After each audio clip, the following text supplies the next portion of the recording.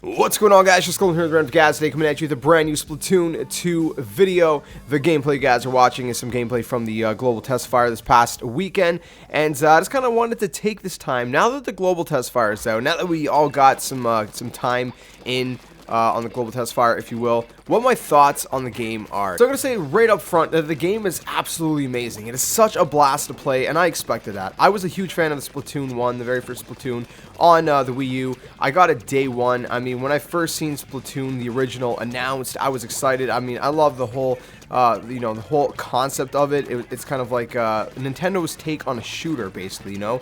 And so it's, you know, it's all ink. You know, it's quite fun. So I was a huge fan of the first one personally, and I had a blast playing it. But there's a lot of people that they didn't play it on the Wii U, because a lot of people, you know, just simply did not own a Wii U. Obviously, Nintendo Switch already is a lot more successful than the Wii U was, and so there's a lot of people I've been talking to, you know, either in my streams or, you know, just wherever, that are first timers with Splatoon, and it's crazy. So for those of you guys who are wondering how it compares to the first game, I mean, it's very similar. If you liked the first one, you're gonna like the second one. If you didn't like the first one, then I don't know if there's much, you know, enough change that would make you like this one, because obviously the base game is still the same. You know what I mean? The idea is still the same. It's you know, but they've added some new weapons, like the Splat Dualies, as you guys are seeing me use in this video. Which, by the way, the Splat Dualies are amazing. When you're using them, when you're firing them, you can push B and then you know, move the left stick in any direction to kind of dodge, which is super cool.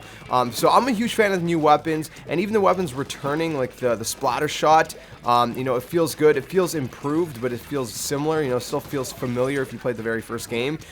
Then you got the roller. Now, here's the thing with the roller. Okay, I was a huge fan of the roller in the very first game, but there was different rollers, and I'm sure there's going to be different versions of these weapons in Splatoon 2 as well.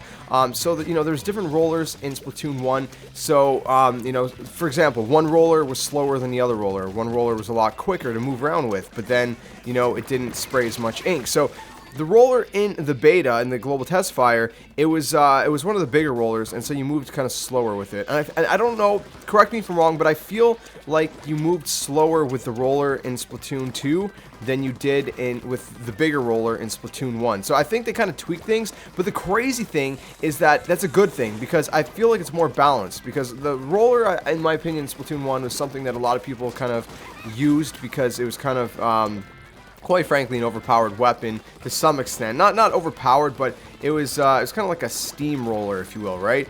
And I don't think it's necessarily overpowered, but they tweaked it in Splatoon 2 in a way where it feels like you want to play a little bit more defensively, at least with the roller that we got to try in Splatoon 2. So as far as, you know, balancing goes with weapons, I definitely feel like they've improved it. Now, it's really hard to kind of say just out of the global test fire, because we only had 4 weapons really to try, but I honestly feel like they were very, very balanced, okay? They all had kind of their own, you know, strengths and weaknesses, if you will, you know what I mean? And that was something we've seen in Splatoon 1, but I feel like it's there a lot more in Splatoon 2. Like, they've done a better job at balancing the weapons, you know, if that makes sense.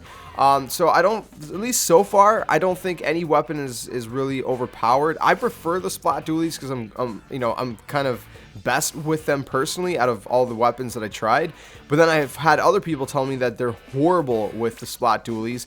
They're great with the Splatter Charge, or the Splat Charge, or whatever it's called, I can't remember, which is basically the sniper, if you will. And I suck with that weapon, so you know what I mean? It's very balanced depending on your play style, depending on, like, you know, what kind of player you are, and your preferences and things like that. So that's definitely one thing I did notice in Splatoon 2. Now let's talk about motion controls and controllers, if you will, really quick, okay? Because this gameplay now you guys are seeing, we're going to be showing you guys 2 different gameplays. So this one right here, this is a new game, and in this one I actually used motion controls. Now in Splatoon 1, I didn't really use motion controls, and I don't know if I'm going to in Splatoon 2. You know, it takes a lot of getting used to, I'm not gonna lie. But the thing is, I don't know, again, correct me if I'm wrong, for those of you guys who use motion controls, but I feel like the motion controls are a little bit more precise in Splatoon 2. Like, they're better, like, they're improved. Maybe it just has to do something with the controller itself, maybe not the game, but just it's more like the technology. Like, they improved the gyro in you know, with the controllers on Nintendo Switch than on the Wii U. Maybe that's all it is, but one thing's for sure is that I liked motion control a lot more in Splatoon 2 than I did in Splatoon 1. In the very first Splatoon, I found it more annoying than helpful, personally. But in this one, in Splatoon 2, I really forced myself to try using motion controls for a little while, and I was actually doing all right with it for a little while. I felt like it was a lot more accurate, a lot more precise. Now, as far as controllers go, I personally, and again, this is all personal preference, I think the Pro Controller is the best for this, okay? That's me, a person saying this, okay, who loves using the Joy-Cons for something like Breath of the Wild. I rather use the Joy-Cons than the Pro Controller in Breath of the Wild. I just love everything with the Joy-Cons. In fact, you have one in each hand, you can put them in the grip, you can put them on the tablet portion and, you know, play in handheld mode.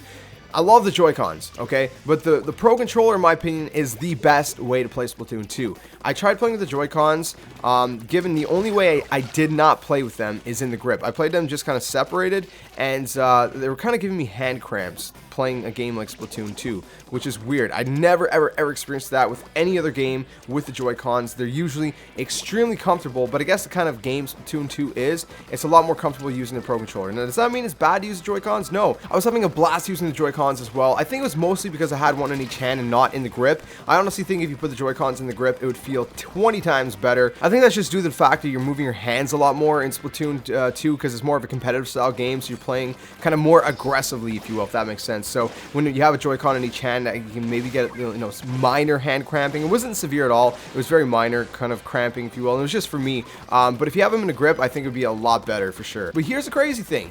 When I had it in handheld mode, it felt amazing. It felt way better than just playing with one Joy-Con in each hand. So when I was playing in handheld mode, it felt great, which, you know, leads me to the other thought that this game is going to be amazing in handheld mode.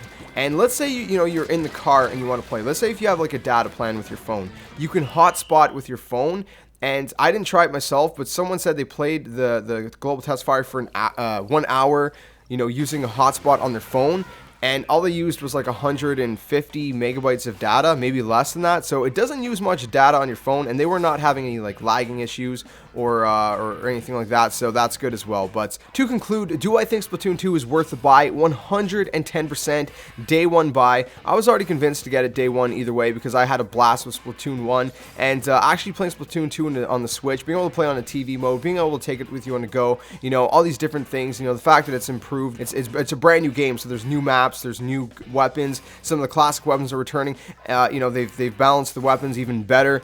Everything about the game is amazing. It's a load of fun. If you guys have never played Splatoon 1, then you're gonna even more definitely want to get Splatoon 2 because you missed out on the first one, and it's just a really fun game. So let me know what you guys think in the comments section below. If you guys enjoyed the video, though, smash the like button, subscribe to the comment, share, and all awesome stuff. And let me know your impressions down below. I'll catch you guys in the next one. Like always, until next time, game on.